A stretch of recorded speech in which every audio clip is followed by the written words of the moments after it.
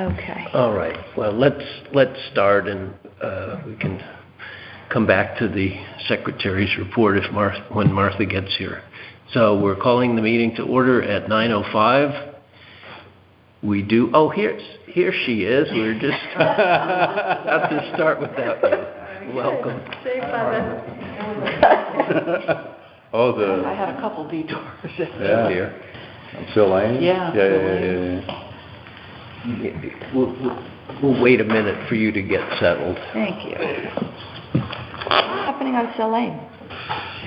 Tree. Oh, a tree down there. Oh. Huh. Rain yesterday. Really nice. Oh, boy. Yeah. Today. Sun coming out. So you see the sun until Saturday. May 1st, I know we're hoping. But today's going to be beautiful. Yeah. Enjoy every minute. Store it up. Are we supposed to get more rain later this week? Are we? The rest of the week. Yeah. Good. Well, today's mowing day. It is mowing day. I've got a hay field out back. Yeah, I mean, there's not any sun until peaks out maybe on Saturday. Nice weekend. Some commissions have their agendas without times. I guess we have to have times for the public hearings. So the only one we have is Debbie. And this is a template now, right, Martha? I'm sorry to interrupt, Martha. They haven't been approved by the This is nominating the new town. Yeah. And Tim had raised all of his questions about her, but that's Yeah, just and from the in times are past. kind I of don't silly think for it's us, relevant. Well- except that we need to tell the people who are coming. And we put the times in for the legal notice. That's what I mean. Yeah. I mean, for the people that are coming in for that, we have to do Had that. any And they neighbors demanded, notice about they demanded the stones, and they next door. asked the high price. And ask for plots. And asked for It's plots. not controversial. I think they were very helpful. I have And I think that was long ago and far away, and why would they, Got it. If you only have so many resources. This is what Maximize what. I know. I don't see came, that this as well. is that. Do you think, And I'm this just is that, trying to free up so time, do you think we, there isn't any well, we neighbor. haven't heard back from Molly Scott. She's my cousin, but she didn't respond, so We're not I required think she's to going to be send off. an No. I doubt she'll come. I'm going to send a letter this week, and that, reminding people of the meeting and saying that something about form coming. I mentioned that to you. Required So do that we they want, my attach a question list? to you is, I think we want all the Hi, Deanie. officers to stay for one more year, and then we can go back next year. And, do we want more than 1 year? Come down this way. Yeah, move over. Does the C of So let's see A if he form comes. include a note? And Let the does say other that. person, Doesn't Tim, was say going that. to call Mac and see if he wants to. Right. But not for that Well, one. maybe he didn't want to raise it. Well, actually, I think it's now Yes, up to right here. us. This window, actually. Yeah. Okay. All right, let's finally call the meeting to order at, did I press this? I can't read. It's green, yeah, so you should be on. Yeah, call the meeting to order at 9:08, and Martha's here and set up. We do have a quorum. Everyone's here except Tammy. The first item on the agenda is to approve the April 3rd regular meeting minutes. Is there a motion? I'll make a motion. A second. Any discussion? I had one question on Pamela's property. Was she to apply C of A for the Generator? The generator? Yes. It didn't reflect that in the notes. That was the only, just questioning that. The notes basically. Well, we don't have a C of A yet, but she's verbally said she will be submitting one. Actually, we just got an email that Zellick was going to. Perfect. Oh, we did? I missed that. I sent her a C of A and spoke to her on the phone, Right. and Martha followed up with a letter to Zellick and to her and to Eric Knapp, and I thought we had discussed that, but the notes kind of read that a C of A, maybe I misinterpreted, the notes kind of read that a C of A wasn't required, or basically you would just talk to her. So that was my only question. but was it an agenda item? No, It was on our wasn't- it was on our enforcement list, as Can you- opposed It was in the meeting Have a that, copy of the minutes, Martha, to- I do. it's not a big deal, but, well, we might as well have it right if it needs to be changed.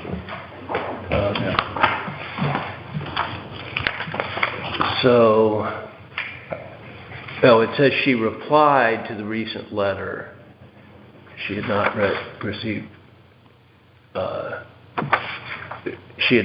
received prior letters, but will submit a like-for-like form okay, it does say that. and will submit a C of A application. So Perfect, that's- okay. Last meeting, that's where. That's the last meeting, okay, got it, yeah, perfect, yeah. But we still don't have that. Right. It's in the works, I think. As long as the notes reflected that, I must have been reading something else, so, yeah, okay. Any further discussion? All in favor? Aye. Aye. Any opposed? No. Anybody abstaining? No. Okay. Public comments?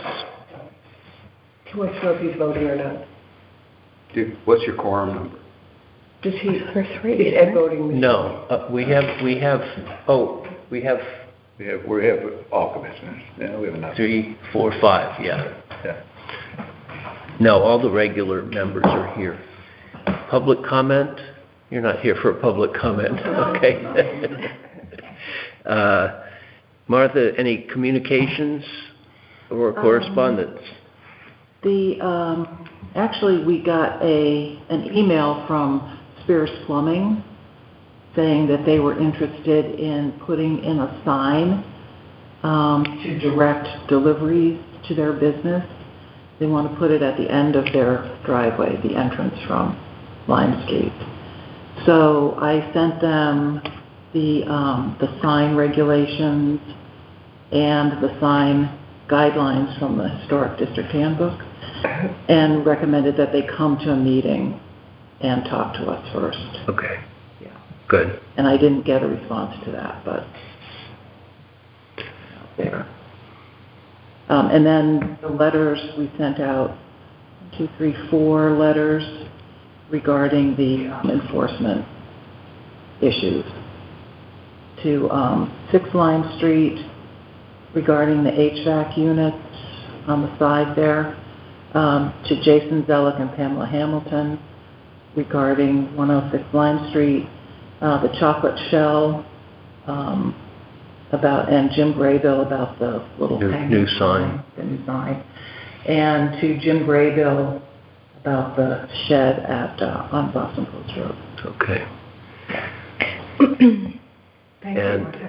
And have you had a response yet? They didn't go out all that long ago. No, they went out the 18th. And I've heard back from Jason Zellick. Okay.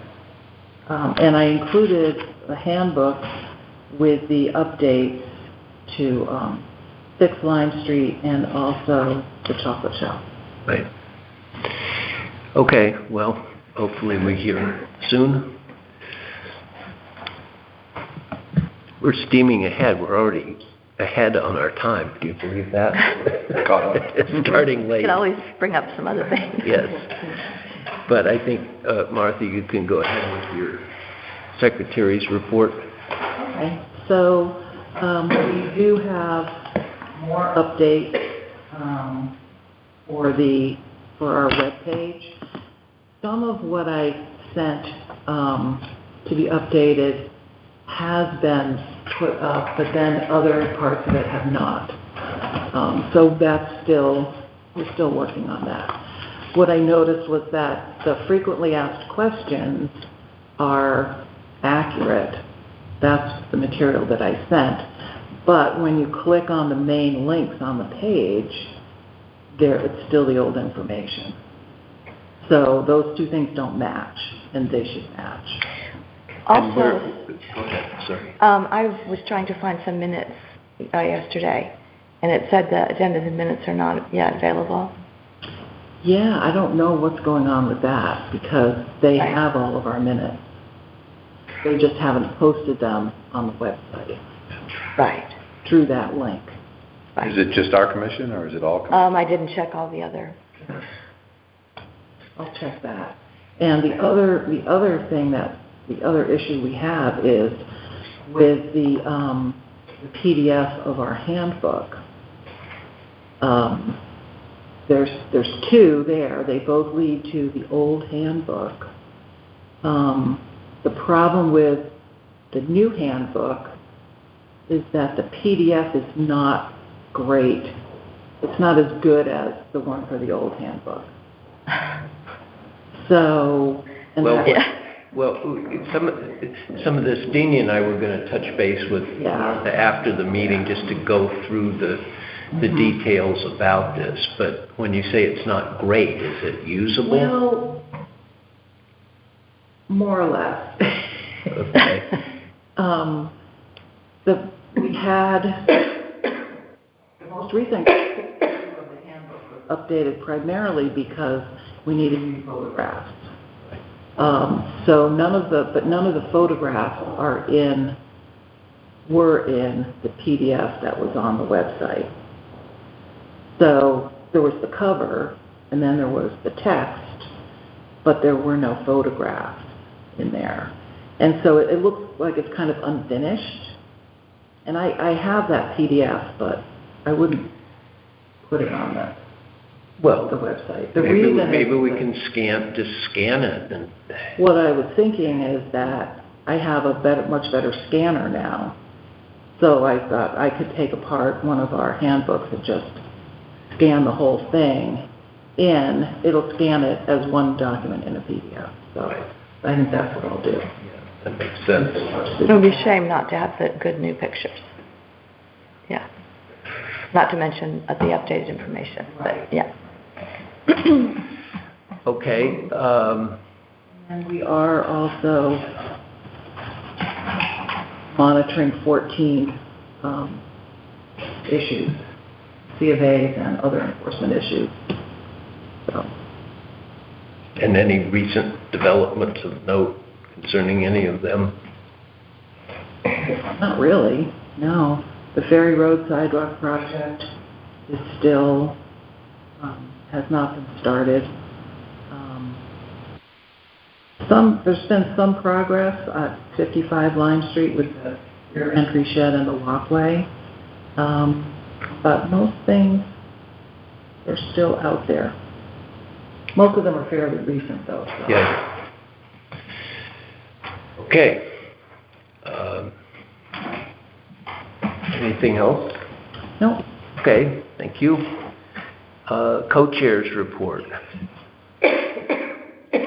Not too much this month, other than to say that the Roger Tory Peterson Estuary Center, and Claudia's here, is applying to zoning for some housing for their visiting scientists and interns. So that will be coming up at the zoning hearing on Monday. And we also are expecting possibly to have some new regulations for the 4 nonprofit properties, the arts zone, so to speak, possibly submitted by zoning at this meeting on the 8th, but we're not sure because we haven't seen an agenda. And it may be that the initial proposal at zoning simply concerns the formation of a subcommittee to study it, but we should learn at least a bit more about the process, and in particular what they've indicated that the HDC will have a role. We don't know yet what that might be. So some of us intend on attending on Monday evening at 6:30. Would it be appropriate for you two, as chairs of the HDC, to communicate with the chair, just as chair to chair of zoning, and ask if there is a contribution or a role that HDC would be asked to play in this, or is that not appropriate? Well, they have indicated that the HDC will have a role. They have. At the last meeting, they simply were tossing out ideas. One idea would be to include as members of the subcommittee someone from the HDC and representatives from affected nonprofits. Another idea is just to have the Maybe someone from subcommittee planning. be composed of members of the zoning committee, and they would set up a process where they would solicit views and comments from the HDC and from others. So I have no idea what Right. direction they're planning to take. Maybe we'll hear something about that on Monday. Yeah. Yeah. And the other issue coming up on Monday is the zoning's consideration of lighting policy, the new lighting policy proposed by Gateway, and the Gateway zone extends from the Lieutenant River up to Lime Street, so it would include the western side of the HDC, and that's an agenda item coming up later, so we'll talk a bit about that later on. And I don't think we had anything else, did we? No. So, well, we are Ahead. a little bit ahead, but Claudia, if you would like to, this is just so unusual for us because we're actually running behind. We have to stop meeting like this. Hi, everybody. Good morning. Isn't it wonderful? Yes. Enjoy the sunshine for the Day. 2 hours we have Day, this week. yeah. I know. First of all, let me just, I'm here, as you all know, as a personal petitioner. But I want to thank you. Had it not been for your really expeditious action back in November, Lowell would have spent a good part of the holidays in a hospital or rehab facility, and we were able to bring him home. And I am so grateful to you for what you did back then. So, thank you. I'm here about our fence today, which everyone knows has been falling down, and I have finally gotten my act together to get all of the bids I needed and to come and show you what we would like to do. It's a pretty standard picket with a little fascia board on it for dressing, and it's wood. It's not whatever that new material is, AZAC, or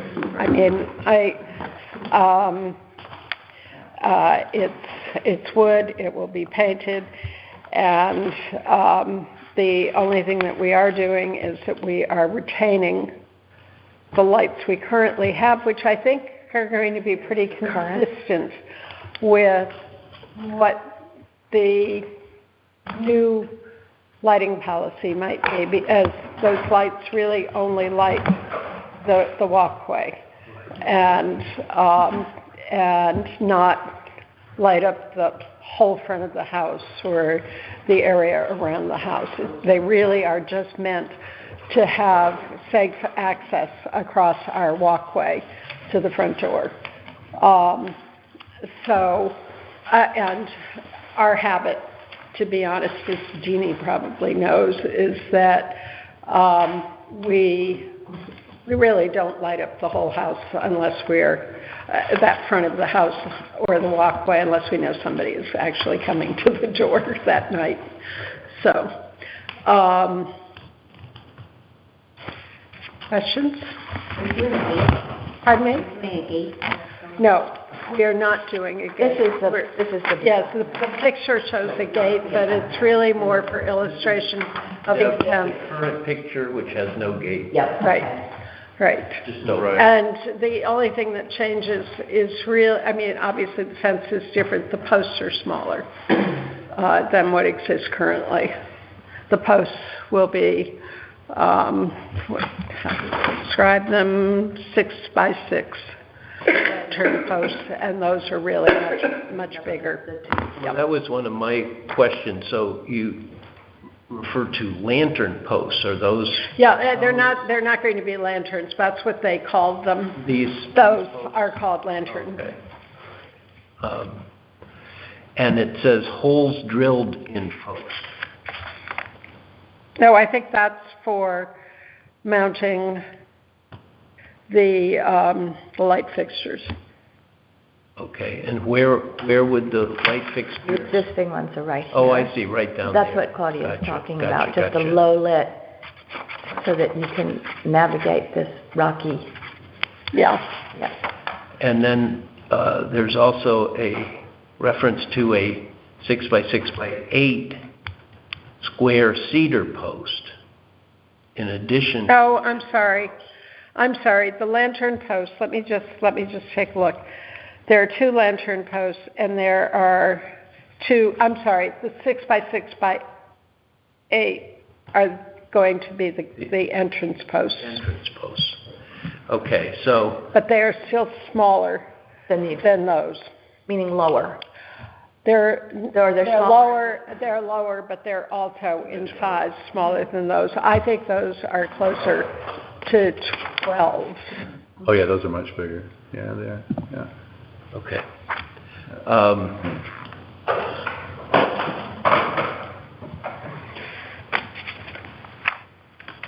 And federal post cap Right, should be caps. I mean, Caps, they're right. on each post. right.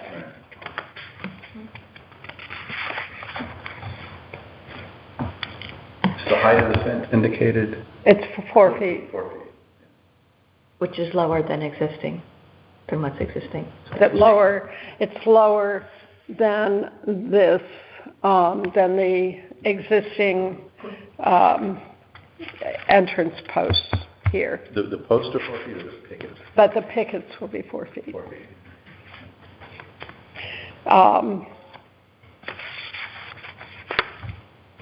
Do you know how many posts there will be altogether? Okay, I'm trying to visualize it in my mind, but I believe it is 1, 2, 3, 4, 5, 6. It's either 6 or 7. Okay. You have it? So here, okay, so there will be 3 on each side. Okay.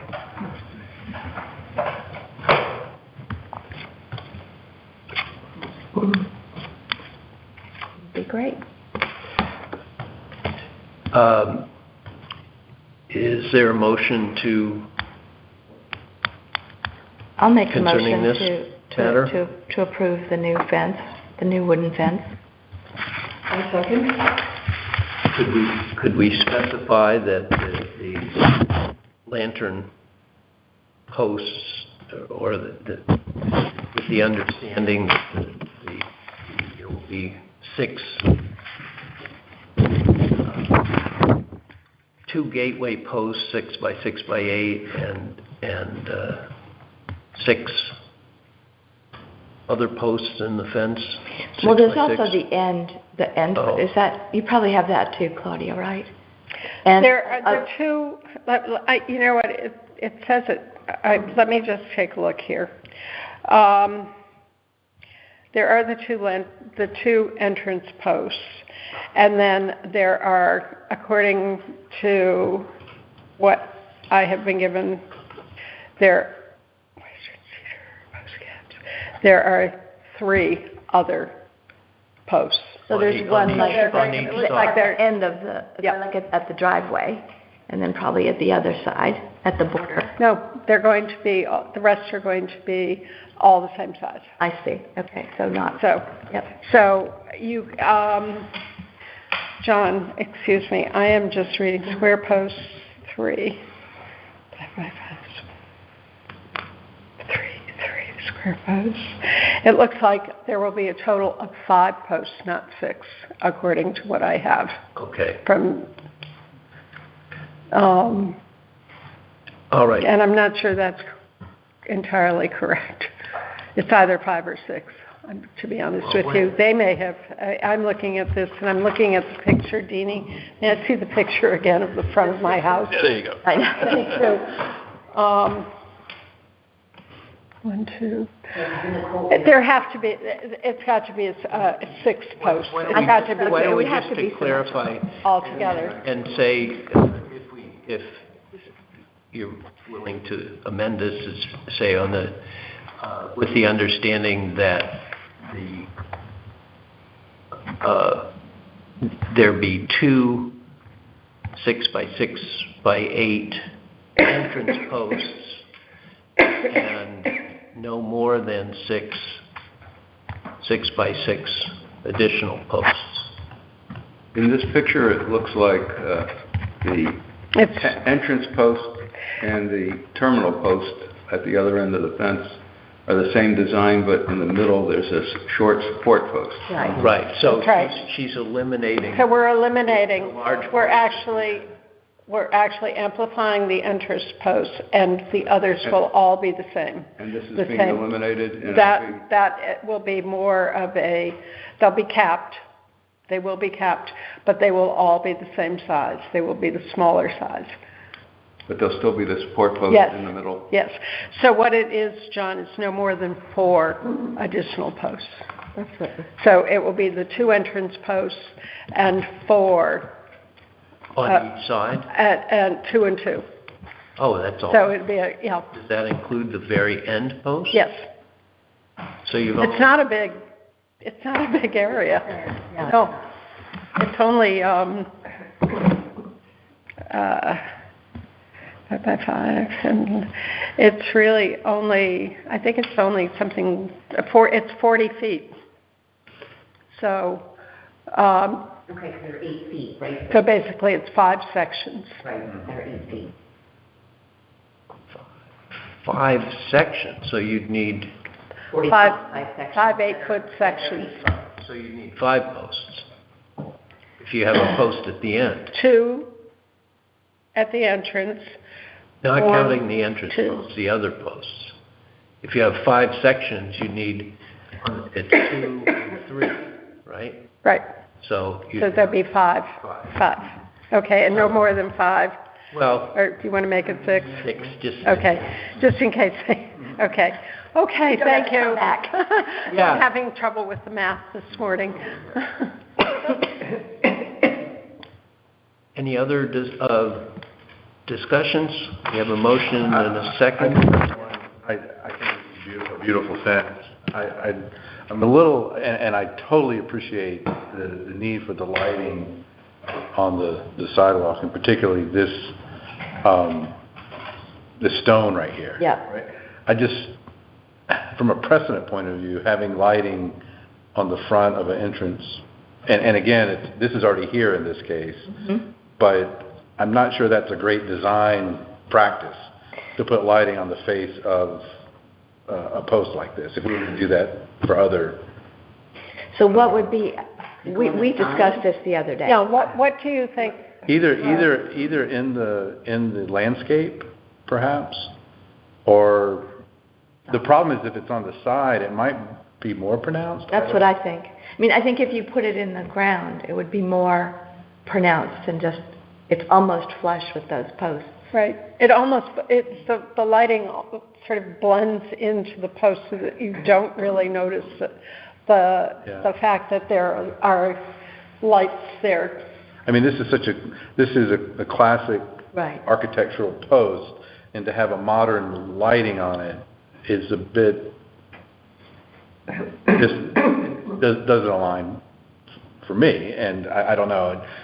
So But the alternative would be something, in the adding more, or something right adding- here in the landscape. adding more objects, you'd be adding, True, right. Might be hidden. which would take away from the clean, kind of simple Right. look. I mean, that's the way The other issue, if you put it in the ground, is the light could be shining Right. more across rather than. I see. I originally was thinking, on the back side, but it's not. What you're really trying to cover here is this area. We're trying to Right. actually cover both, because Right. there is lighting on the backside. Oh, there is another There's way lighting on both sides. on both sides. So that both sides of the walkway are lit. for safety. You do need the light there. It's really very, I don't disagree with that. Yeah. I see where you need the light. And I actually think Russ's point about precedent is something we should consider. So what if down the line, someone else wants to put a light on a, temporary light fixture on a traditional fence that's my question. on Lime Street, and which is not this doesn't work well in Claudia's design, but I do think we have to always consider that. What would we then say? I would just argue that, I think, Did- I don't know whether these same lights have to be used, but that these lights are almost flush, so they're not attracting any more attention. They're just they exist within the architecture of the post. They're not decorative, they're not brass or wrought iron, they're just white, flush. They blend in. Well, actually, that is a design thing that could be considered, is to inset them into the post. They're not projecting out. In which case, then I'd have to have a different post. I would have to have a hollow post, Right. Yeah. to do that. Maybe to alleviate my concern, and to your point, is that this is a pre-existing condition. It is. This is a pre-existing condition here. In other words, I would be okay approving it here, but from a new install, I think it's Should explore alternatives. alternatives, right? I looked for alternatives too, Yeah. and I realized, and I didn't find one that I felt really worked well for this current situation. But I would agree with you that that going forward, what would be helpful, actually, I think, is if you looked at alternatives for the future too, and had suggestions. I came across that document that yesterday. Yeah. I was looking for something. That was very interesting. And I'm sure they address lighting there. There's a meeting on, there's a whole discussion in town right now about light pollution. The Gateway Commission. And the Gateway. And we're supporting that. Exactly. And I think there's going to be a lot of information that's going to come about in the next presentations about different lighting options and scenarios. I think would be helpful for us as a commission to not only think about the light pollution, but also, this is just a classic example of where we've got modern technology interfacing with a historic structure, and what are some best ideas and solutions to deal with that. So we probably should have announced this as reports. The library is having a meeting about lighting on the 3rd? Wednesday. Wednesday. It's 6:30. And I know at least a couple people here are going to attend, so you can put that on your radar and consider whether there are, So to cover the commission going forward and still approve Claudia's very tasteful design, would we want to include in the motion or in the approval that these lights are being approved because they were pre-existing? I would. well, it says that. It says, where is it? Existing lights to be remounted. And how would you think this, would you have the same thought if it were just a very tiny little cove type See that set? just a tiny little. You could sort of imagine that. That's right. A little cove That's what I was, looking for. But you're still introducing a modern technology you're still doing that. It's just smaller. But that's what we're here to We help. have new Yeah. modern technologies we approve all the time. We do, and there's all kinds of lighting. But it's finding that technology that integrates with the historic structures that we're dealing with, and to your point, So John. maybe we could say, Yes. smaller, down, these lights. Exactly. I mean, That's what I Yeah. was looking for. Right. And with the softer, because there's the other Right. piece of this lighting conversation that we think they're going to make at the library will be about different types of actual lighting, not the design of the lights, but the bulbs, for Right. lack of a better Well, word. and how the light is distributing. Is it going up? Is Yep. it going down? Is it- Right, and it's So- a soft lighter that, So I would say, yes, Claudia, I would say the scale matters, right? So the size of the light and also the, limiting the light to its intended purpose, which is to cover the. yeah. So maybe we could say that we approve it with the existing, because they are existing, Yes, although encourage the, property owner to explore latest technology. technology Yeah. in And design. diminishing technology and design and diminishing the impact of light. Yeah, It's fun. yeah. Because we should be doing that anyway. Right. Yeah. All right. Okay. The motion is getting complicated. As I understand it, it's to approve the new fence as submitted, with the understanding that there be 2 entrance posts and no more than 6 additional, 2 entrance posts, 6 by 6 by 8, and no more than 6 other posts, 6 by 6, and with the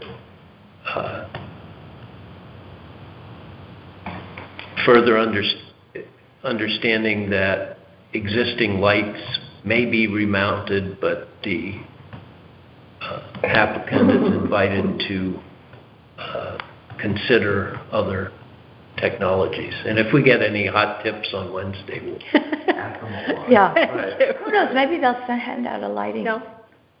thing. Right.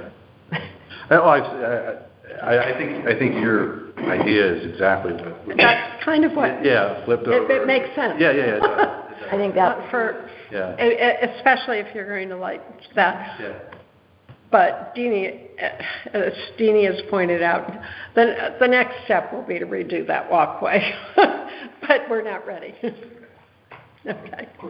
well, it's sort of wonderful, the way it is, 'cause it's so, I know. Treacherous. I know. That's why you need the light. You need the light. Okay, Deanie made the motion, Carolyn seconded, are you okay with the additions? Yes? Okay. Further discussion? All in favor? Aye. Any opposed? Any abstaining? Thank you. Thank you. Thank Thank you you. all. Good to see you.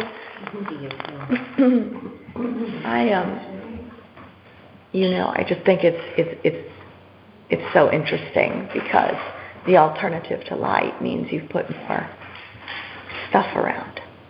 Yeah. Posts in the ground. Which would you rather? Yeah. Right. I agree. Deanie, Yeah. did the Congregational Church, they've been finished installing their new pathway lighting, did they get permission for that? I don't remember that, but it's there. There's It's there. definitely back. It's quite tasteful, and I know Centerbrook did it. Centerbrook designed it, and it's quite tasteful, but I wondered if they probably should have gotten approval, and maybe they didn't realize that, but that's within the historic district, right? Yeah, yeah. Yeah. I don't remember them coming in. I don't remember either. Maybe we should just have a another- friendly conversation with them to let them know that banners and lighting and any exterior changes, not only the sign and the roof, need to be, I'm just suggesting. No, I think that rather than a letter, since you and others know people there, would be worthwhile. I mean, the commission has a record-keeping function, both for ourselves and for anyone else who's interested. So, Do you want a C of A for the recently replaced lighting, or do you not need it? I think we should have it. I Yeah. mean, we're following up with people and asking to keep a better record of what changes that are made. And John, because you know more clearly than I do, both along what's I think now called the Sheffield Auditorium, and also on the back part side of the Fellowship Garden, at that back exit down into the parking lot, and lighting there also. Do both need to be included in the CMA? Is that, are they both in the historic district? Well, you need to look at, I'm not sure, the Sheffield Auditorium, is that what is connected by the walkway? Is Right that at the back door of the church. I'm pretty sure that would be in the historic district.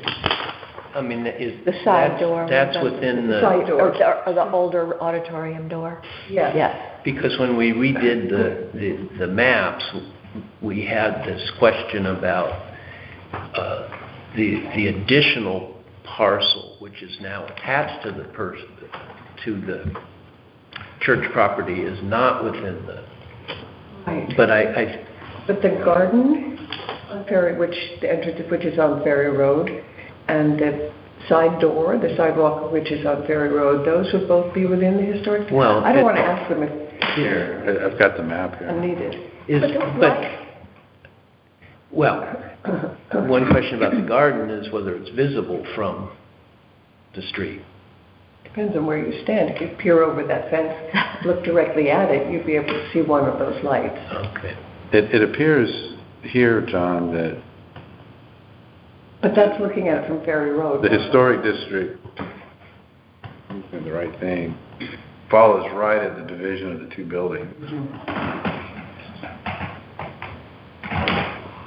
I remember our site walk. I think that's what we determined. Yeah, it does, see, I'm not sure where the walks are, the lights are, they're not on the front walk? If you're facing the church Yeah. this way, there's a side door here, and then there's an auditorium behind it. There's this bluestone pathway that goes to the side door. The lights are along that bluestone pathway to illuminate the path to the Can you door. tell from this? If it's aligned with the facade of the church proper, then it's in the district. If it's behind the church proper, then it's not. So that connector is not... The connector, behind the church is not. We should take it. We can figure out that later. When we're doing lighting. Yeah. Okay, we need we'll come back to lighting. We can come back to that. So, Anyway, I'd be happy to mention it if you'd like it mentioned, if it's appropriate. let's talk about that later. Elizabeth, Tizzy, do you go by Tizzy? Hi, for those of you who don't know me, I'm Tizzy Bannister. How do you do? Hi. I bought two in 2018, and I didn't actually realize I was in the historic district, although it's obviously a historic house. And thank you all for doing all this work. I was drawn here because it is so beautiful, and I grew up in a historic house in New Haven, so I have a tremendous appreciation for what we have. As I think we said in the letter, that your place is gorgeous. Oh, it is. Yeah. Thank you. Tizzy, the paint is beautiful. I love the Thank paint and you. the colors, very tastefully done. They're lovely Really people nice. who did it. And the garden. The garden, well, I'm learning. I think I've killed more plants than not, so it's a new hobby. Anyway, I am so sorry, and I apologize for not knowing there was a process for the end of the driveway. I meant it to be to fill in where there was erosion and to make it more beautiful. And I chose the cobbles because of the age of the house. I thought that looked nice. So I measured and put it in the email. I can't remember how. I think 12 rows. I initially did, I think, 6 rows, and it looked odd because that driveway is so big. It was not in proportion. But everything I do is so that that house will be there in another 160 years. Not Adding on to what you just said, we're so happy you're here. Because Thank you. It's very nice to meet, I know you're not brand new, but new property owners within the historic district, because it does become kind of a partnership. So, Yes. so nice for all of us to meet. It's such a nice community. People have been very welcoming. I would love help at some point with, I had called the Historic Society during lockdown, and there was nothing on my house. So I thought I'd write a little piece. It's it seemed odd. I have a national plaque. I don't have a local one. We could probably help. My great-grandfather built the house. Are you the lady I met when my very first summer? Frederick Comstock, he built that house, and John's house as well. Had you hadn't been in it? I met... No, yeah, I met you at, Bill's garden party. Right, that's right. And I met you, I think, I had the Christmas party for Lyme the Youth Service. Yeah, that was fun. And we met as well a while back. At your house, I believe, there was a Christmas party. The Lyme Youth Yeah. Service. I had so many people there, and I hadn't met anyone, so excuse me if I don't remember. And I'm also your next-door neighbor. Yes, of course. And I'm across. Your place is across the street. Which house are you? The long white fence. Oh, beautiful. Right across from Yeah. John and Pamela, yeah. Is that historic district still? Yes. Ah, Yeah, okay. so the historic district is essentially from the church to your property on both sides of Lime Street, approximately 300 feet. Aha, okay. And extending on the east side of the Boston Post Road down to Rose Lane. Rose Lane, yeah. So you're I see. actually the only house on Sill Lane. Okay. I'm not the oldest, that's for sure. Yeah. Well, I don't have any questions about the specific project. I am so sorry. No. I think we have been exploring ideas to get the word out. I mean, most people know and come in ahead of time, but some people don't. And we've had, in the past, some unfortunate incidents where they put something in and it just doesn't fit, and then they end up redoing it. And right. So, sometimes real estate agents don't point out to buyers that they're in the historic district and that there are some, regulations or guidelines that must be followed. I think with newcomers, this is really most often an issue. Oh, I think you should do it directly. I mean, it's a small community. Maybe one of you just meet the new homeowners. We're on it.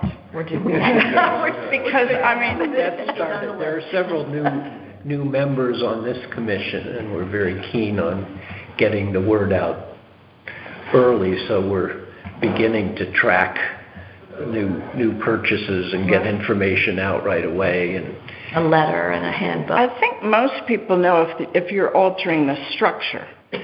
But for me, someone could have just stopped by. It was so long ago. And I got a certified letter in New York, it was the work day. I'm like, and I thought, I hadn't been doing any work. This was a year and a half ago. And I thought, oh my God, there must have been an accident. The roof must be gone. Or, I don't know, it could be any number of things on an old house. And I thought, well, as I think the email explained, we had tried to reach out, and one letter was returned, and so we wanted to send something certified and make sure you got it. Oh, I got it. Okay, is there a motion? I'll make the motion. I'll second. And just to note, do you know how the aprons have side raised? Well, the whole edges? driveway had a little, there's a little metal thing to keep the pebbles in.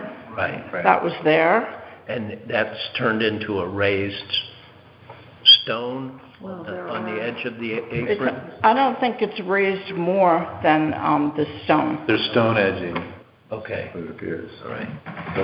Oh, yes, that part. Yeah. But then there's the metal also. It's not higher, though. Okay. But the picture's part of our record, so anybody curious could Stop by. see that it's not. I think I was thinking a lot about the people who like to walk, too, because the erosion, the street was falling in. Yeah. And then where the driveway met the street was a complete mess. It's smoother now. I mean, nothing would be as smooth as cement, but that would be ugly. Yes. The nice thing about the stone is it keeps the pebbles from coming out of the driveway. Right. Okay, any further discussion? All in favor? Aye. Aye. None opposed, no abstentions? Thank you. Thank you. As I indicated, You spend a lot of time, I can see. this was not controversial, it's more The lighting is tough, though. I can imagine that. Yeah. I don't know what Essex has done, but there's certain towns that look pretty, but I never really noticed what they've done for lighting. Once you start to tune into it, it's all you see. Right. We've started to tune into it because there's also an effort in town with the Gateway Commission, and there's a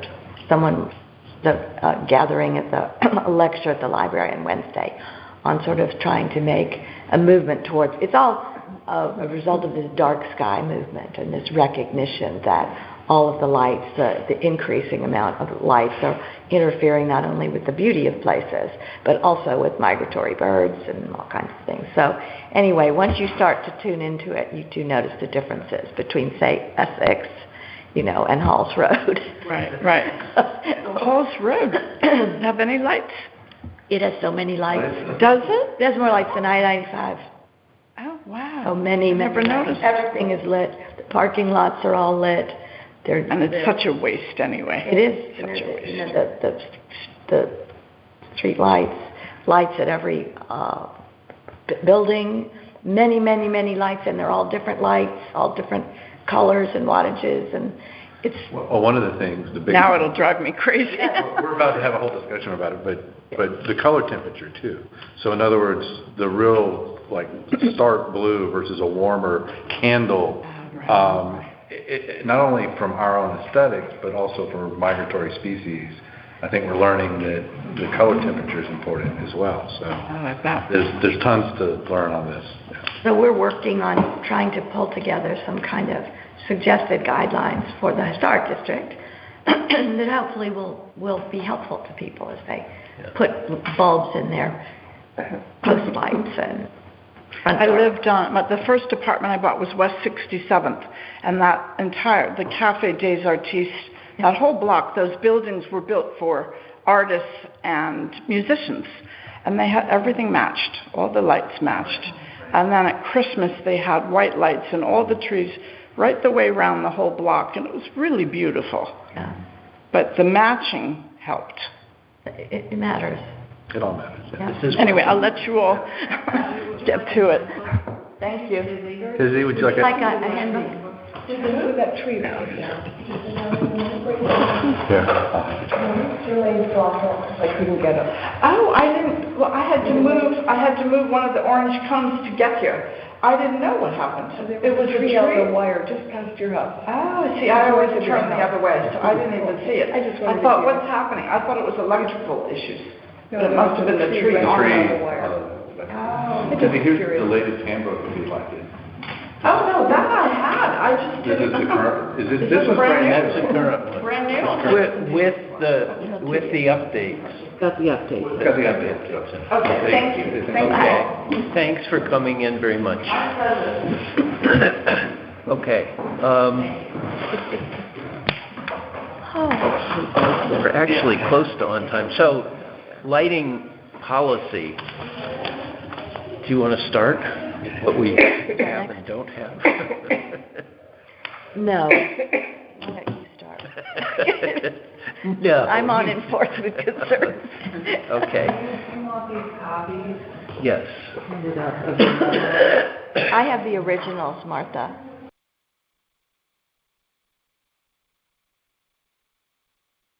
From Eric Yes. Knapp. That'd be great, thank you.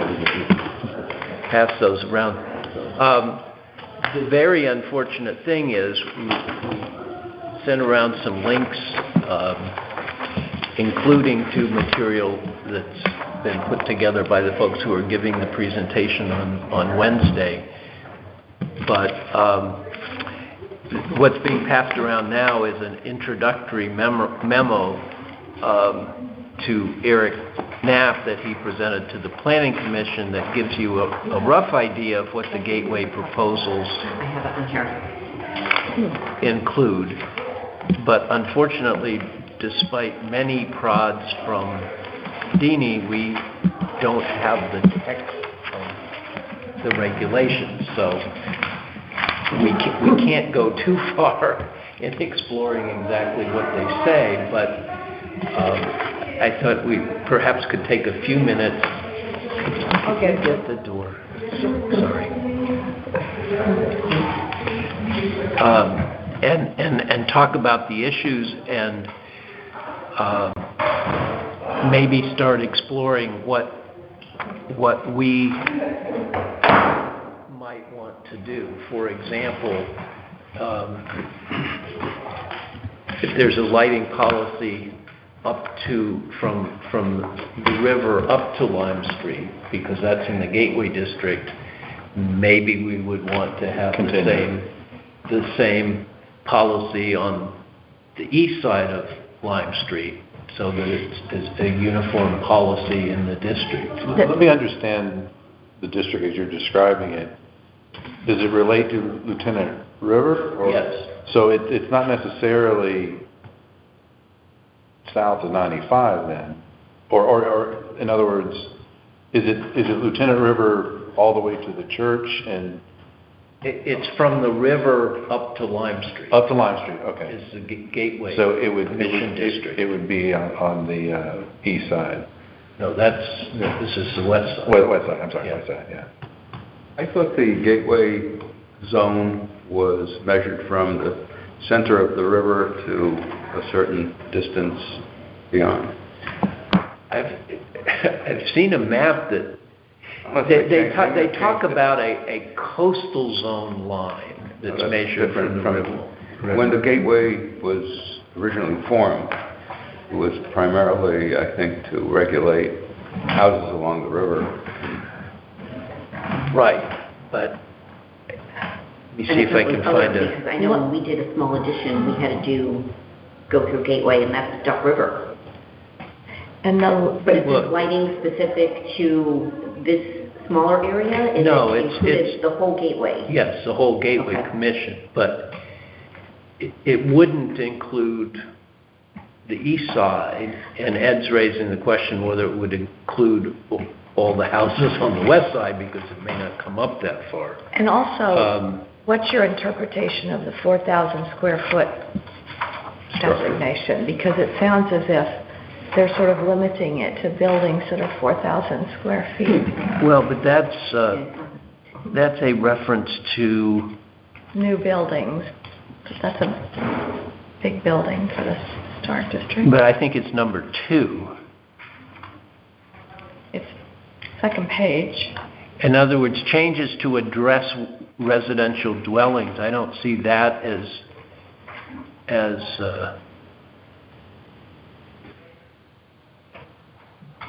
necessarily limited to lighting. On the second page, it says, as noted above, there's been a reworking of the idea that you have to get a special permit for residential structures over 4,000 square feet in size along the Connecticut River. But this sounds almost as if it's for new things, or am I missing something? That's kind of arbitrary. There's some much larger. But you also have paragraph 2, so that suggests to me that there's a separate provision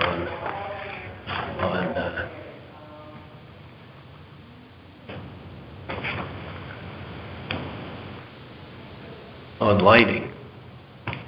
Is it just the lighting, or is it also, and I come from experience down in Florida where there's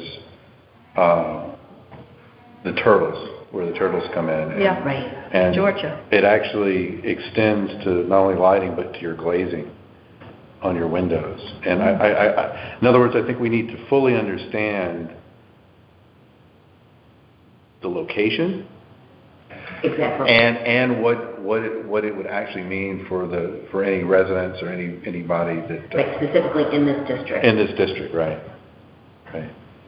And is it a grandfather? The other question is it grandfather? In other words, are we asking people to go and change their existing lighting, Right. or is it any new lighting that gets proposed? That's what I'm not clear about. See, here's the map that shows the district, and it does seem to track down Lime Street. But we should have the same regulations on the Yeah, I was outside. gonna say, that's- right, I mean, that's Right, obvious. but we need to review the regs. So it's not a, sort of even straight line distance back from the river. I think they created the district after they created the gateway zone Oh, you as did? it applied to the river. Oh, you just said Gateway was established before 1971? 71. When was It what was around We, 71. Oh, HDC. the HDC. It was around 71. 'cause I Okay. had a house on the river in Chester. Right. And that was in 72. Interesting. So it's been in existence for a while. Yeah. I mean, my guess is they just used the road as the boundary. I'm not sure they were paying attention to the historic district specifically. Well,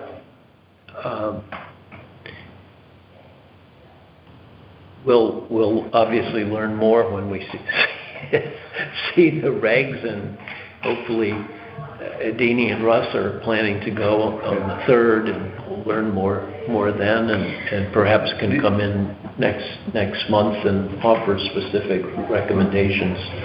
We can also, as you know, be stricter than the zoning regs if it looks to us as though something has been, not proposed, something's been proposed that is not as sufficient as it should be.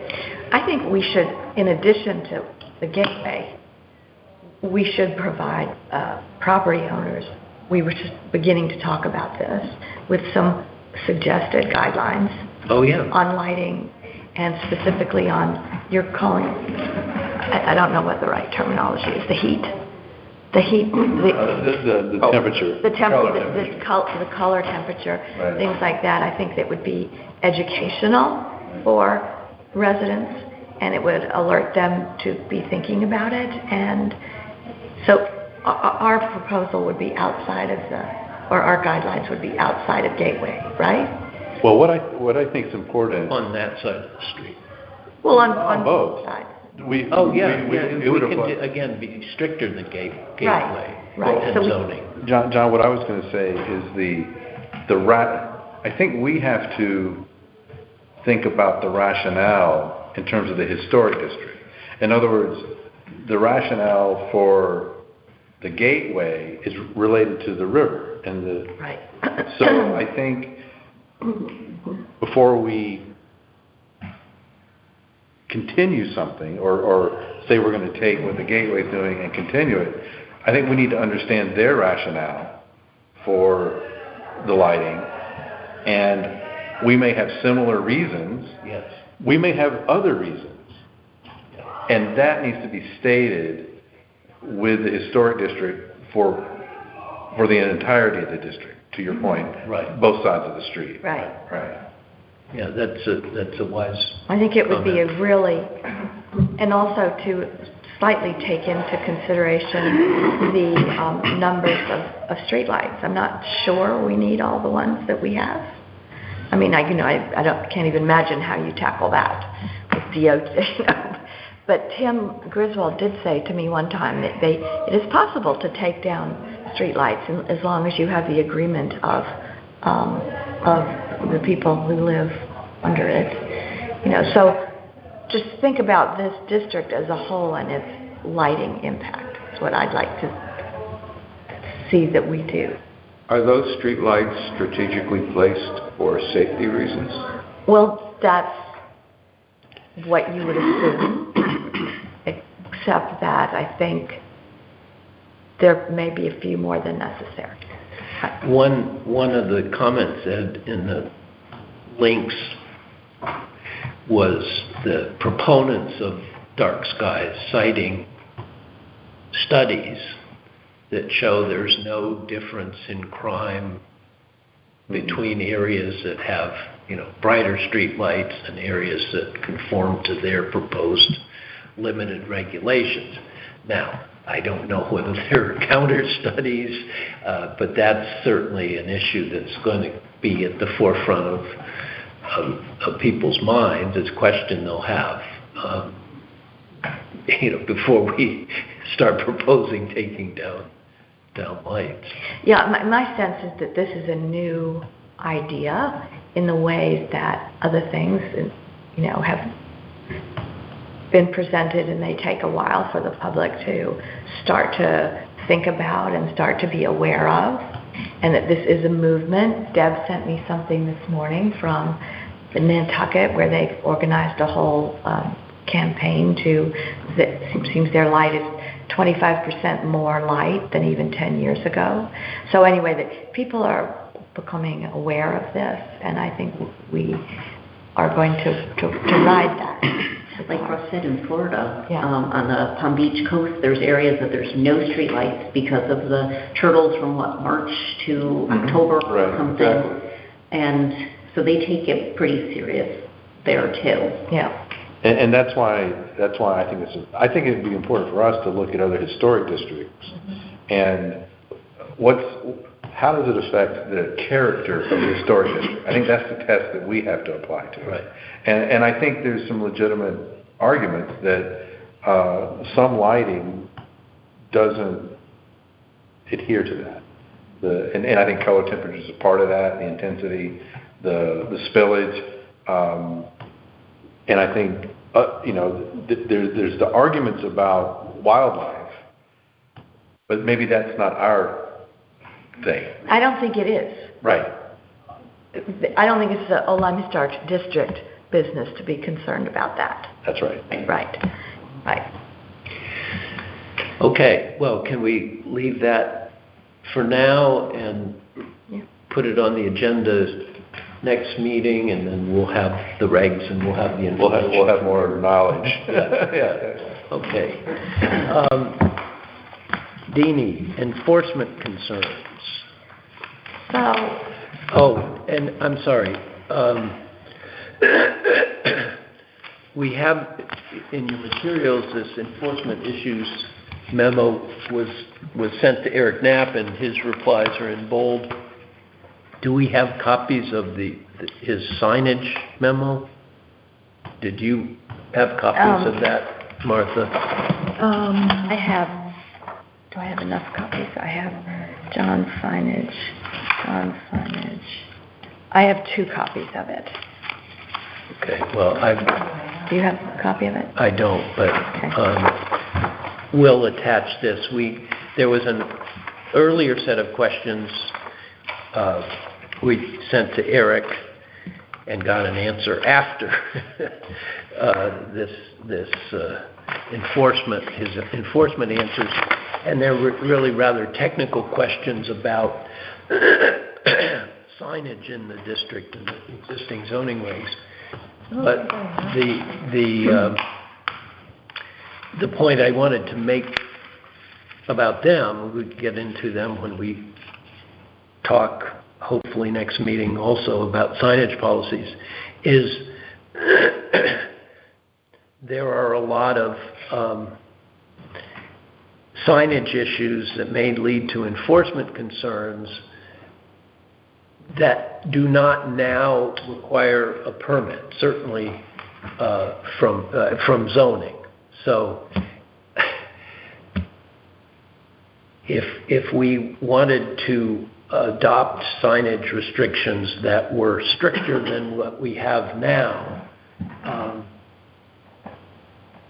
as HDC policies that either conform to or are stricter than zoning regs, we would have the advantage of having somebody come in seeking a permit so we could talk about it ahead of time, as opposed to them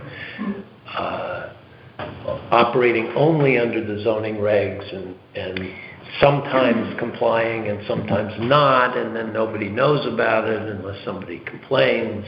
I had a brief conversation with Eric Knapp when I went upstairs to get these things, and he seemed to be very engaged in our signage issue.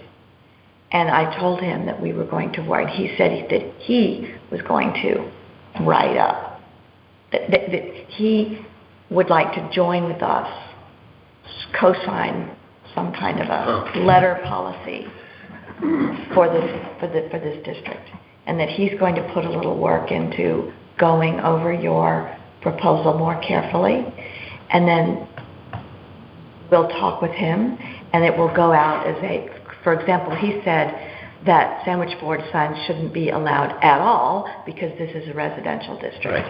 Right.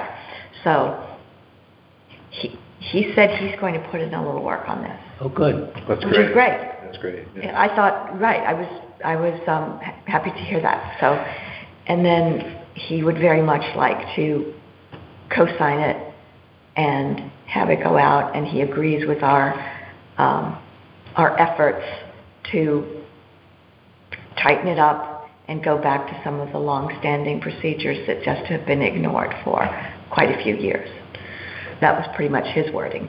Well, great. Yeah. But signage is not officially on the agenda, so I think we can get into the details. I just wanted to, and I'm not presenting it succinctly, plant the idea in mind that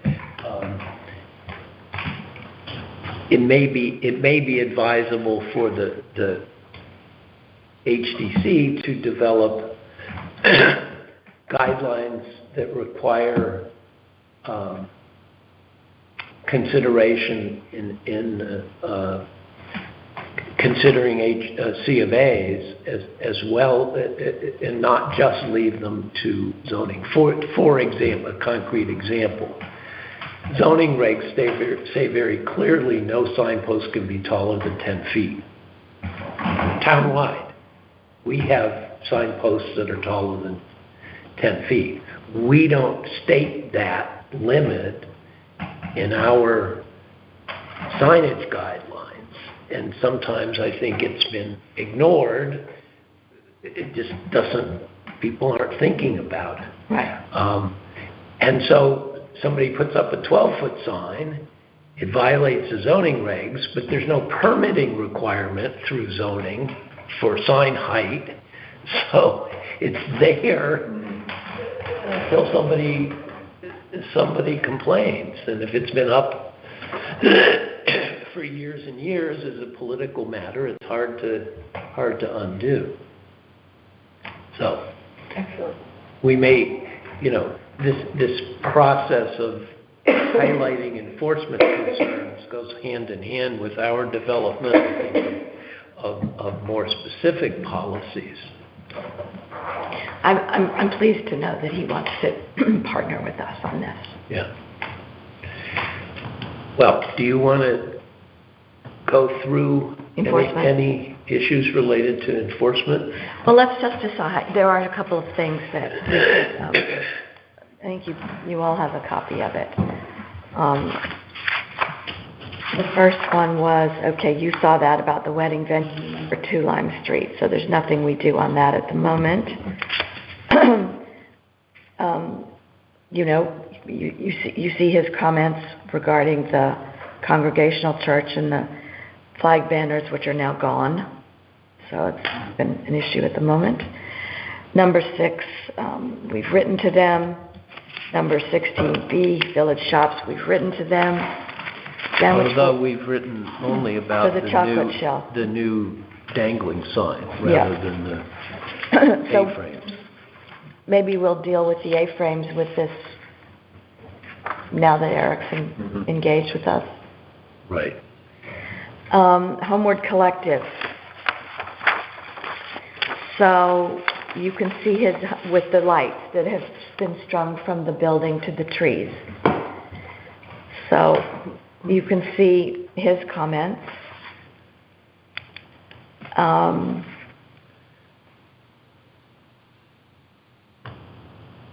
think on things like this, I think when we're in these sessions, we should ask about string lighting.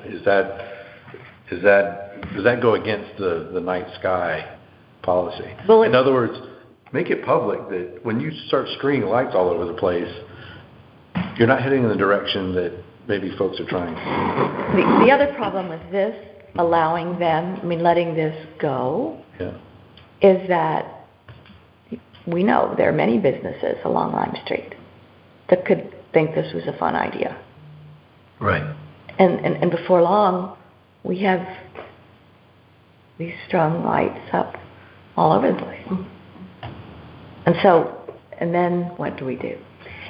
Jeannie, could all of we don't have emails necessarily for people on Lime Street, homeowners, correct? Well, sometimes Martha has some if she's dealt with them. I was going to say, is there any communication that can go to, homeowners in the village district, sending them this lighting policy, just to kind of give them a heads up? Well, if we get a lighting policy, we'll certainly share it. I mean, the night sky, the whole, I don't have it pulled up here, but that, the whole email that showed this light is okay, this light is not okay, and it showed all the sea life, and I don't know which one it was on there. But I mean, something like that, just to blast it out, so maybe Homeward Collective would kind of figure, there's going to be lighting policy things coming down the pike. In the case of the Homeward Collective, it's not just the lights. I mean, it's not just the actual lights and butterflies. It's the fact that these lights are strung from buildings, trees, permanently.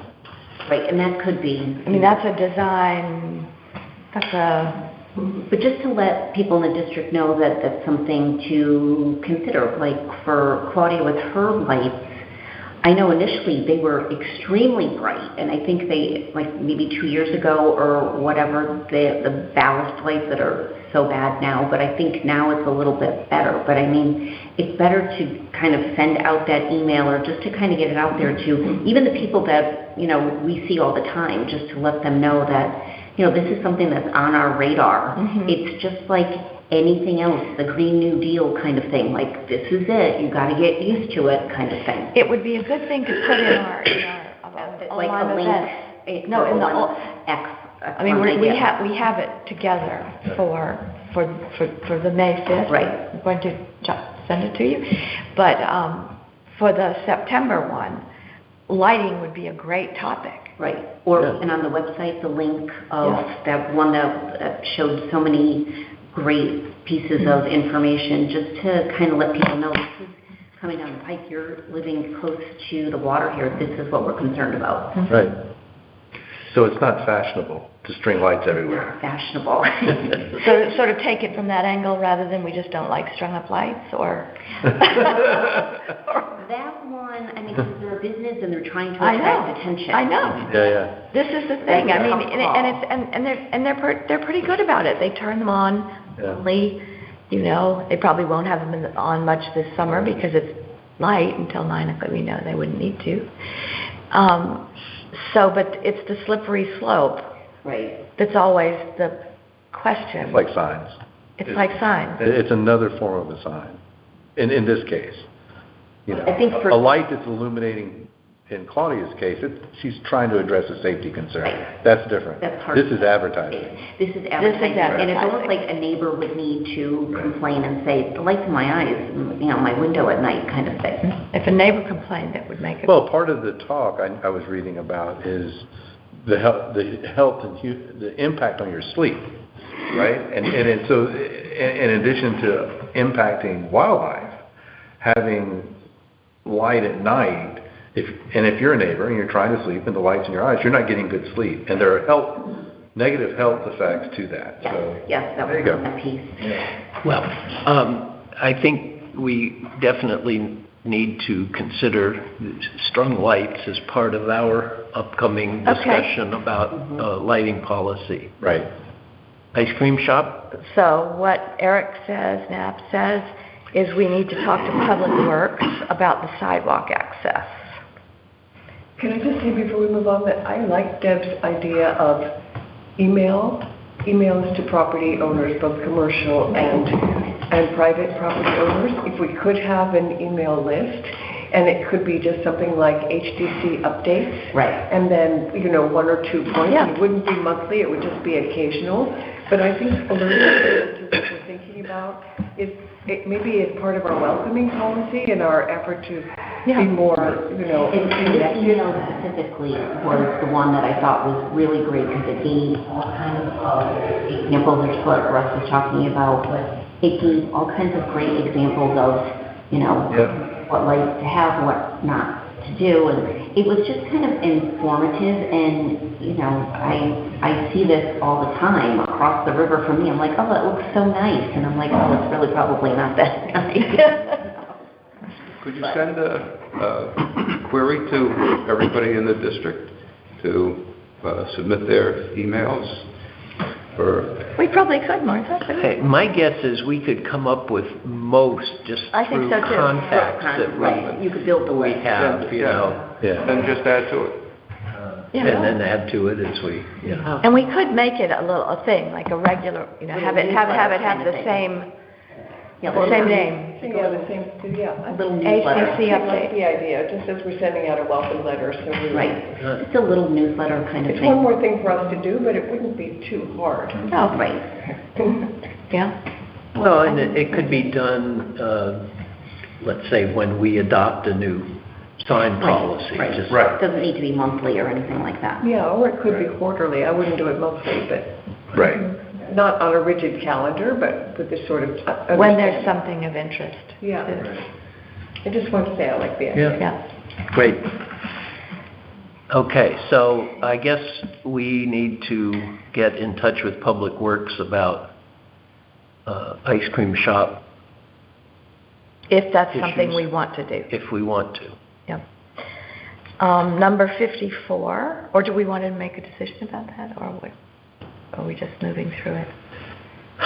There's not much actionable here. Well, until I think get to we need 54. to wait till it's open again. What Yeah. about the painted sidewalks, the painted stones? That is in our jurisdiction. Yeah, Right. Paving, and it's just as we asked Tissy to come in for something that she had done and not gotten a CFA for, couldn't we, in the same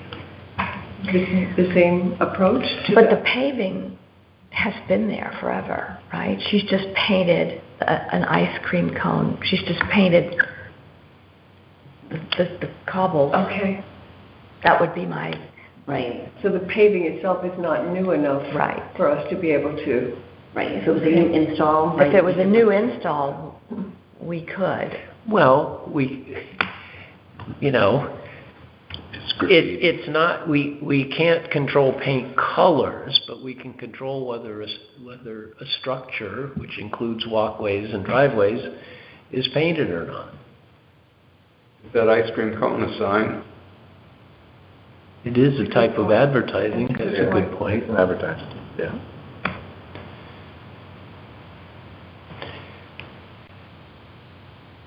I think I suggest that, not now, maybe, but that we actually put our minds to this, because it has been a concern for a long time, to try to draw for consideration, for our internal consideration, what could we actually, what steps could we take about, just make those decisions. I think it would be a good thing to do. And then we'll lay it to rest, because it keeps coming up, because we have so many worries about it, yet we don't do anything In the about it. ice cream shop. Yeah. What? Ice cream Yes. shop. Yeah. Well, there are so many comments about it. But in some ways, the least of it is the painted ice cream cone. Right, it's stuff all over. Maybe it'll sell soon, and then it will be something we would consider with the new owners, I don't know. How about if we consult further with Eric about this? Mm-hmm. But That would be good. I mean, I'm reluctant to do something before it's open, Yeah. just because when it's open, you can say, here's your bench on the sidewalk, and handle everything all at once. But that may be, a month from now. Presumably Memorial Day is when stuff opens up. 54. 54, so I did find the minutes, the COFA, for the Joneses Mechanicals, and it does state very clearly that they're to be screened, which they aren't at the moment. Does it say anything about the height of the tanks? I thought we had a discussion about that, or that the proposal talked about tanks. Have you noticed driving by? I mean, they have these huge, Yeah. vertically oriented tanks. Propane tank? The conditions were, Carolyn Wakeman moved to approve on conditions that the generator be placed as far back from the street on the north side of the studio as possible and screened with a lattice and year-round plantings of sufficient height to screen the generator and tanks. There you go. And the COFA will be effective for 1 year, and that was on, for 5/2/22. So we're within the year now. But it didn't say anything, did their proposal? Application. Their application. Oh, I didn't bring thought it was Horizontal tanks. for horizontal, low horizontal Because tanks. I think that was if they were going to put it under the window on the side. Wasn't that part of the They conversation? can't put it under the window. But then we had to put it on the back. Perhaps that's why the tanks changed to the regular, whatever, big cylinders they are. Well, I'd like to see what they actually requested too. Okay. But my other concern about acting now, or sending a letter now, is we give them a year to complete their work. Is it a year? It's a year. Well, that's It's a year tomorrow. Tomorrow, okay. It's a year up is tomorrow. Yeah, this was 5/2/22. Oh, okay. So we certainly, let's check to see whether there is anything in the materials that they presented that indicated that the tanks would be horizontal, but we definitely need to send a letter about the lack of screening and lattice. Okay, I'll dig up their actual application. Do you check what, if anything, was in the proposal about the door hiding the mechanicals? Nothing. I read through it yesterday. Yeah. But they didn't have permission to remove the door out, so there's been an alteration. There has. So our next meeting will be June, which is sort of a grace period from the year. Right. Maybe they're planning now that it's Sure. to do something, but Did they add more electrical equipment and then pull the door out to accommodate the... That's what it Maybe. looks It could- like. Yeah, because you have to have a 3-foot distance between like electrical But panels. they didn't petition for that either. I think the big box is the transfer switch and Yeah. other things for the generator. Right. And I seem to recall that on the building, there was just an electric meter Right, before. Okay. right. Maybe that's what. But maybe they plan on doing the planting now that it's spring too, so. Remember it was just a little standing, boxed-in section there on the left hand of the front of the studio where all their electrical, that had been there, that was existing. And I think that's changed.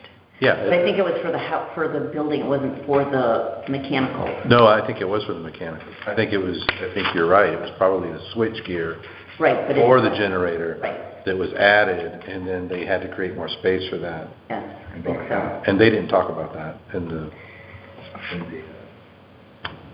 So how do we treat this? Do we treat this as an agenda item for the Well- June meeting, or Do the letter to them and see what happens. do we then. give them a month of grace period Yeah.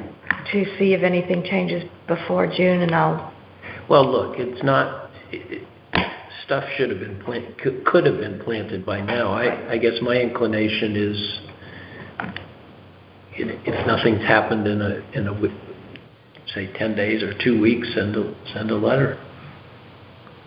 Were you corresponding with them, Martha? Like, talking to them in email, or they were mainly coming in, right? They were coming in, I do have their email address, so, yeah, I could send them. I could send them just a little a Reminder, reminder. yeah, that, yeah. a friendly reminder, your 1 year is up Yeah. for X, Y, and Z. But then in a sense, if we bring up the switch box, we're hitting them with two things, one old and one new. Yeah. Rather do it all at once. So. But we Why could don't- do that at once, right? You Yeah. could remind them about Right. the year and say, It have there appears been that any there's- further changes to the front of the studio? If so, Exactly. Yeah. A friendly email. Right. no one does it better than you. Okay, so we'll leave that to Martha. That's an action item for Martha. Okay, Okay. trying to move expeditiously Yeah, here. okay, Nightingales,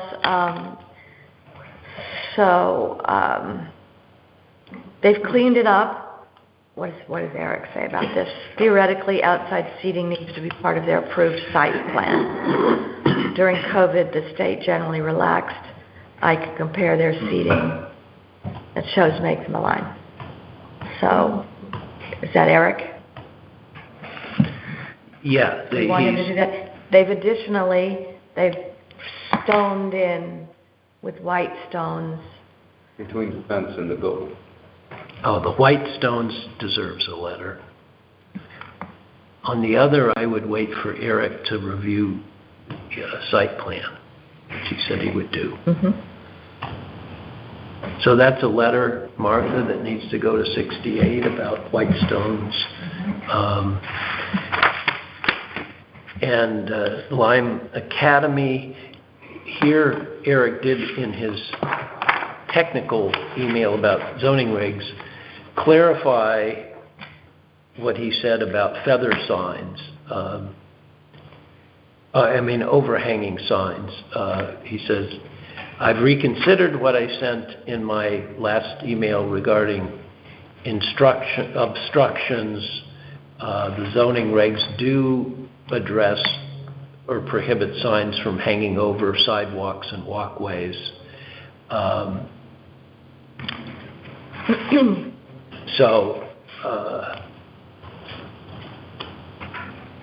Basically, with respect to signage, he now views overhanging signs as part of his remit, and we'll follow up with him about that.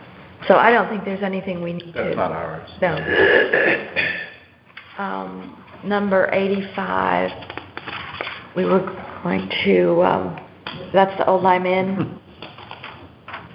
we put in HDC to write a letter, but it's sort of this catch-22. Do we want to wait until we have a sign policy, a revised sign policy, and then send it to everyone all at once? I think from a PR perspective, it's probably nice to send it in one. I mean, they do. Okay, so let's wait on that. Or do you not agree? No, it's just one of the signs is brand new within a month. You mean the wire sign? Yeah. Yeah. But if we write to them about the wire sign, we have to write to this whole street. All right, I think it's probably wisest to wait unless anyone feels strongly. But hopefully it's an incentive to move quickly on a signage policy. When they had the feather signs up earlier in February and March, the wind would blow them over and they would fall on the sidewalk and you'd have to walk around them. It was dangerous, It's a actually. mess, yeah. Who are you talking about? Blackfoot. Blackfoot. Okay, I was talking about Old Lime Inn, but Oh, I'm sorry. No, it doesn't matter. That's a good point also.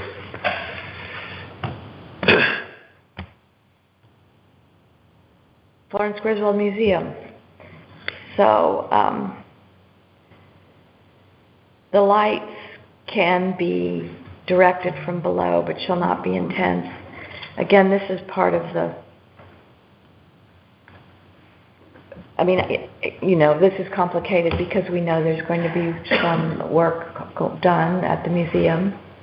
Sort of, are there any improvements anticipated at the entrance? Because if there were, this would be a good time to address that. Well, presumably they'll be coming in soon about the fence. Right. And we can raise the issue. That would be great. then. That's a good time to do Okay. that. And then this falls under just the whole lighting Yeah. discussion. It does. Yeah. Okay. Then, on the house on the corner by you, Russ, the corner of Parsons Farm.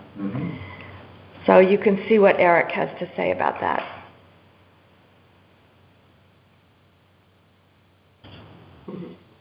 I guess the question is he operating in a commercial capacity Right. with all the equipment that he's...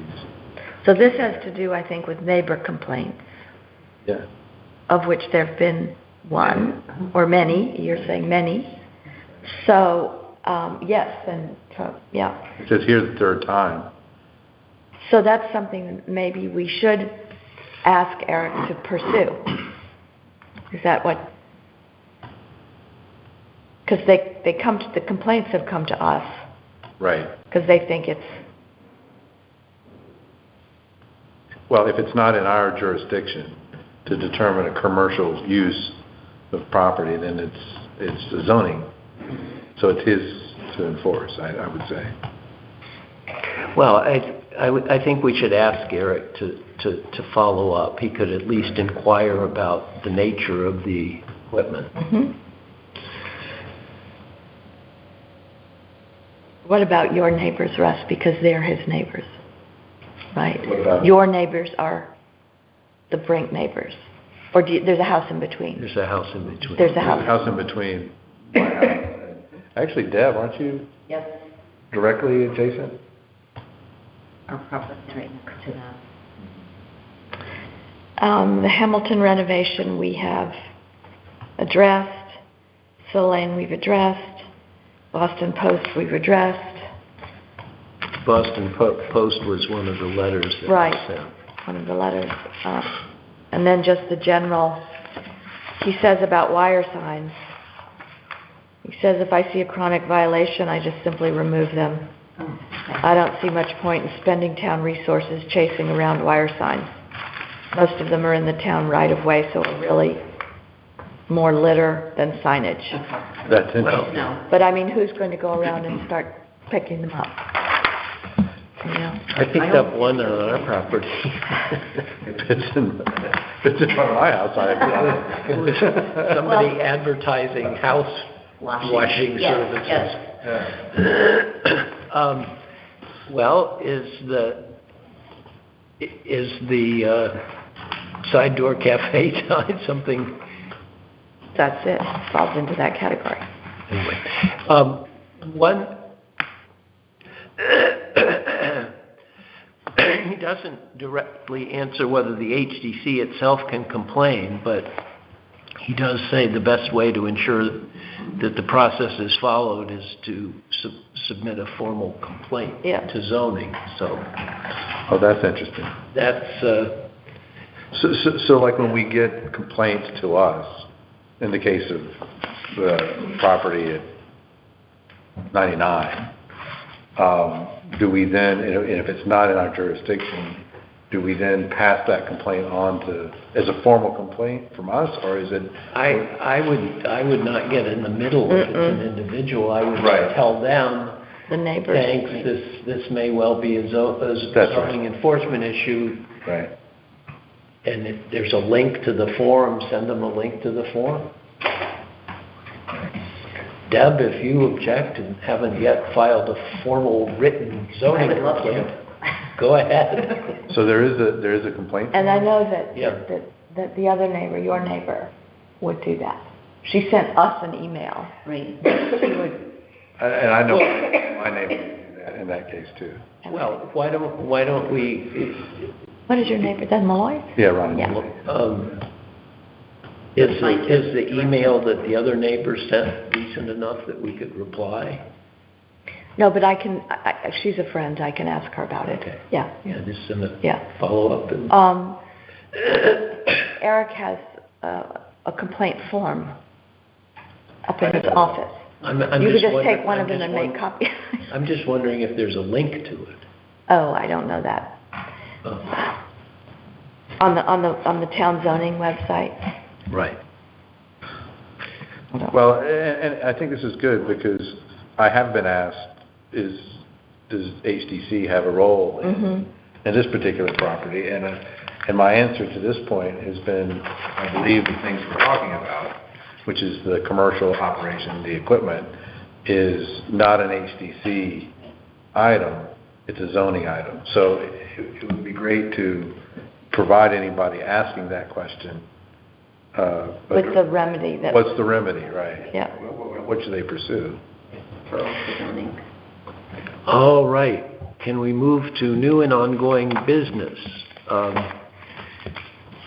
The sign policy, I will shoot for having a detailed and accessible list of issues for us to consider for the next meeting. And it sounds like Eric will be working on that too. And Eric, yeah, and we'll coordinate with Eric. Martha circulated a proposed initial note for Old Lyme events.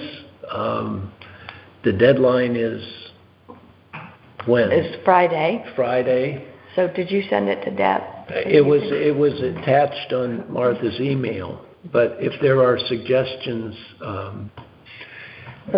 don't think the wording of the A&P is quite right factually, so I would, don't submit it until I have a chance to check that. I just read it this morning. I got it out of the, I know you did, but I didn't, to me, as I read it, it was when the 1934, because I think the A&P moved from what Jimmy knows used to always say Mrs. Yaw's Garden.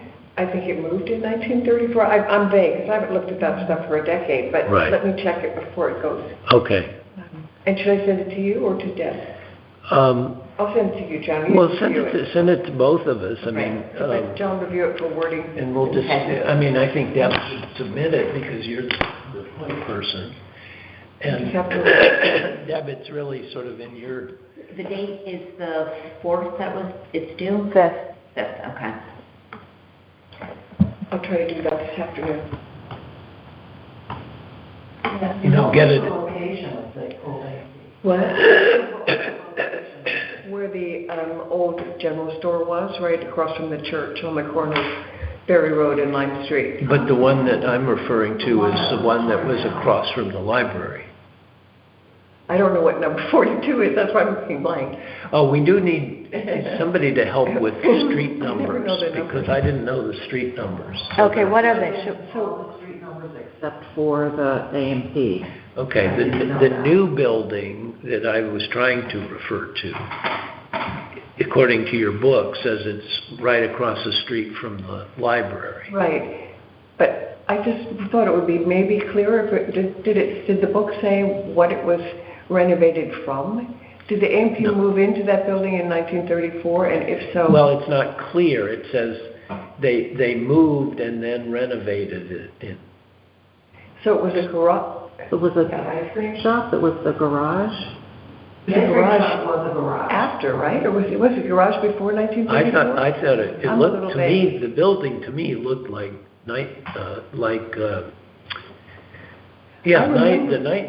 because I remember, I think I remember it with gasoline pumps in front of it, just vaguely. That would have been from childhood, but the A&P was there in 1934. That wouldn't be true. What address would that be? 42? I just wasn't 1934. So. The address we're talking about is? I can't remember.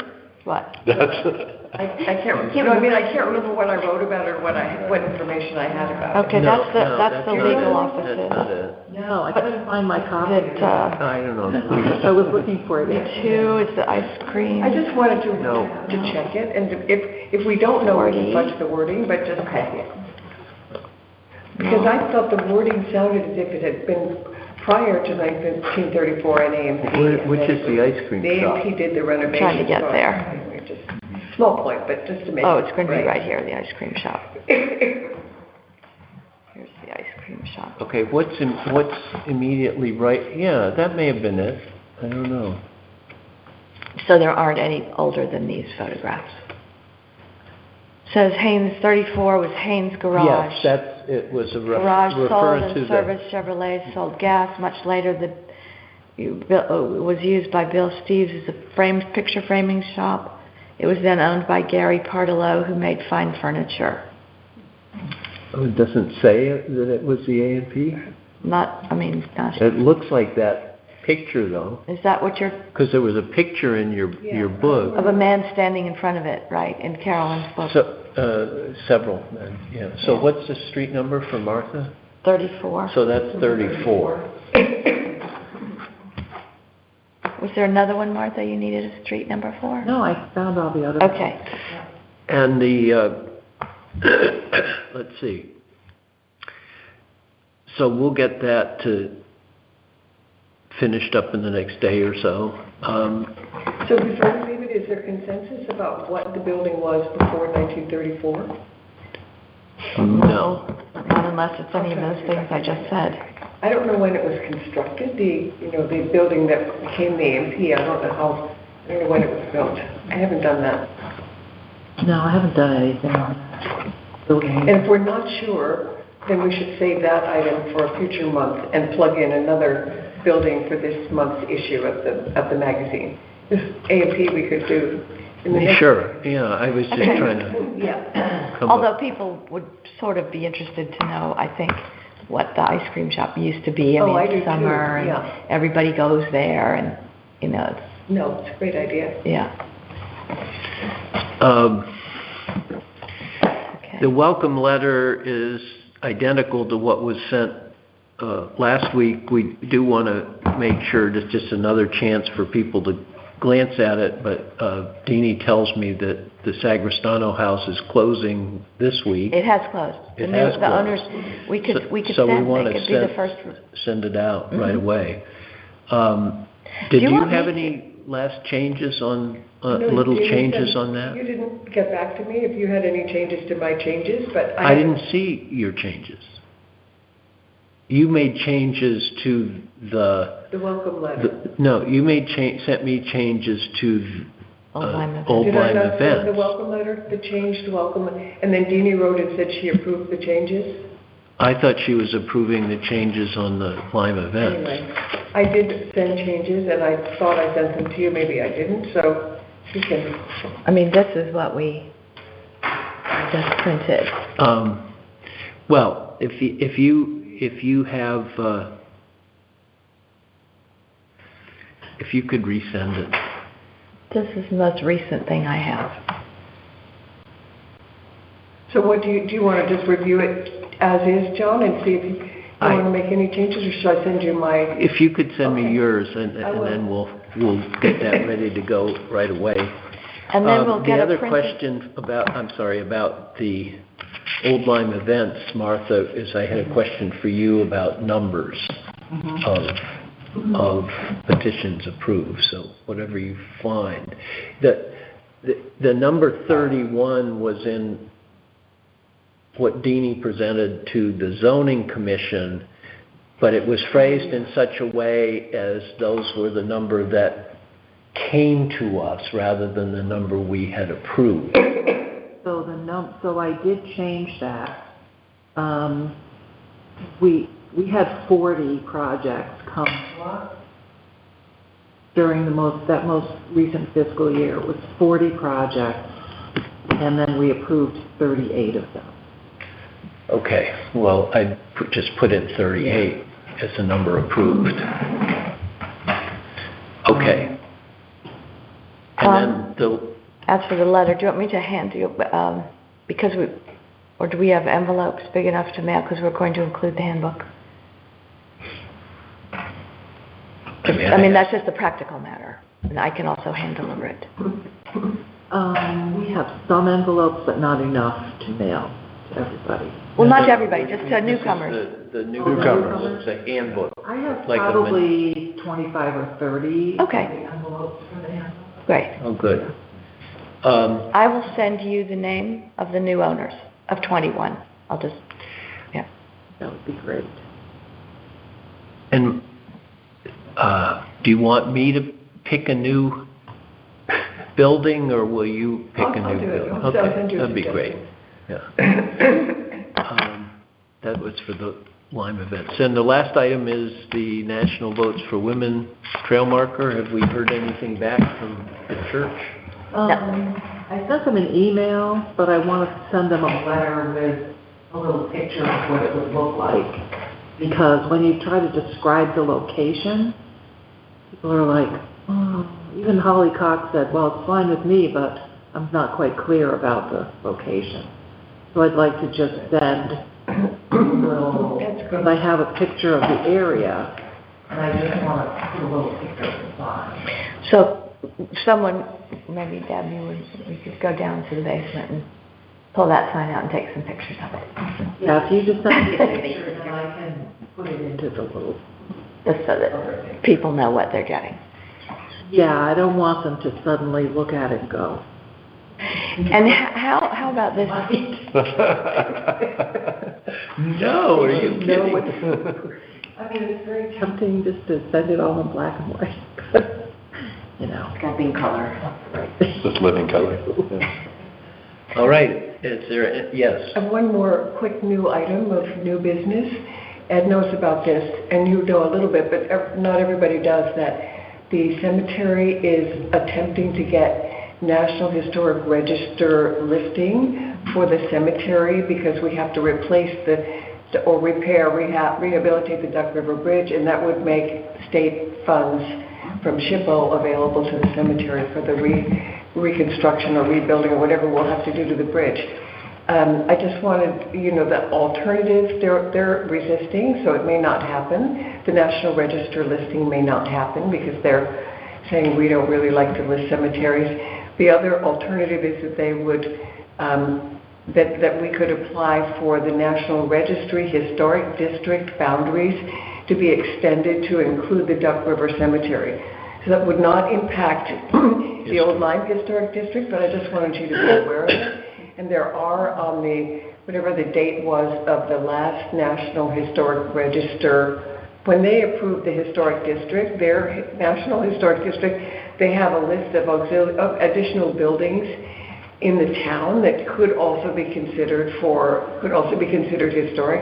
And I just wanted to mention for Deb that there are, I think, 6 houses on McCurdy Lane that they list as having historic value.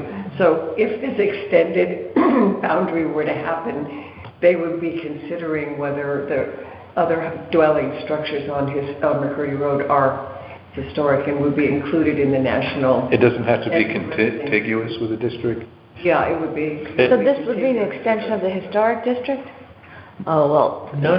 Not our historic district. Oh. National National, Register. okay. Which has no hearing, it's not binding in any way. But if we ever wanted to revisit our long-term goal of maybe Right. extending the Old Lyme Historic District, this would be a precedent for that, and it could help us in the future. So I just wanted to bring it up as new business so you're aware that nothing may happen, but if we can extend it, we will try, and it's a long process. And speaking of, is there any updates on the child care center and their, speaking of SHPO? I have an update from Mike Farino, who was the circuit rider who visited us. I told you, a couple of you, that he told me that they, I guess, have a couple of things. One is that Nina Peck is probably not going to take the job because she's only interested in designing a new building, and the child care center is leaning toward not demolishing and rebuilding what they already have. So they would have to go with a new plan, a new architect, but then they would get state funds, which they want to be able to do. So Mike said he didn't think we'd be hearing any more about demolition. Okay. So that's not final. That's his understanding to date. Okay. Okay, is there any other business? Hearing none. Is there a motion to adjourn? So moved. Second. All in favor? Aye. Motion carries.